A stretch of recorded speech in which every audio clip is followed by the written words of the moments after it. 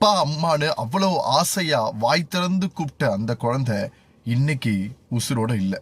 அதுவும் 3 வயசு குழந்தை ஒரு பாலியல் வன்கொடுமையினால இன்னைக்கு இறந்து போயிருக்கு அப்படின்ற செய்தி உண்மையிலே பயங்கரமா உழுக்குது. இன்னைக்கு திருவள்ளூர் மாவட்டத்தில் கும்மிடிப்பூண்டி பக்கத்தில் இருக்கக்கூடிய அந்த சிப்காட் தொழிற்சாலைகளுக்கு பக்கத்தில், அதாவது வட மாநிலத்தவர்கள் பல பேர் ஒர்க் பண்ணக்கூடிய நம்மளுடைய தமிழ்நாட்டு மக்களும் இருக்கிறாங்க, பல்வேறு மக்களும் இருக்காங்க. இந்த வறுமை கோட்டிற்கு கீழே இருக்கிறவங்களாம் உழைச்சி சம்பாதிப்பதற்கு தினம் கூலி வேலையை செய்யறதற்காக தேர்ந்தெடுக்கக்கூடிய பகுதிகளாக இருக்கக்கூடிய அந்த ஒரு பகுதியில் ஒரு குழந்தை காணாமல் போகுது. அந்த குழந்தைய அவங்களுடைய அப்பாவும் அம்மாவும் தேடுறாங்க.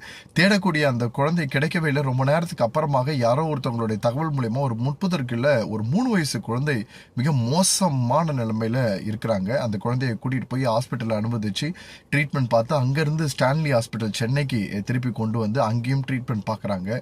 அந்த 3 வயசு குழந்தை 3 வயசு கூட ஆகலன்னு சொல்றாங்க. அப்படி 3 வயசு கூட ஆகாத அந்த குழந்தை, மரணித்து போன அந்த குழந்தை ஒரு 18 வயசு கூட முடிஞ்சிருக்கக்கூடிய, அந்த 18 to 20 வயசுக்குள்ள இருக்கக்கூடிய ஒருத்தனால பாலியல் வன்கொடுமை செய்யப்பட்டிருக்கு அப்படின்ற செய்தி உண்மையிலேயே உழுக்குதுங்க.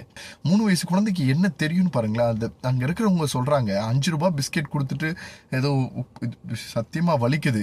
எனக்கும் குழந்தை இருக்குது, இதே வயசில் நம்ம பார்த்துட்ருக்கோம். இந்த மாதிரியான மனநிலைமையில் மனிதர்கள் இருக்கிறாங்கன்றதை கேட்கும்போது ரொம்ப மோசமாக இருக்குது.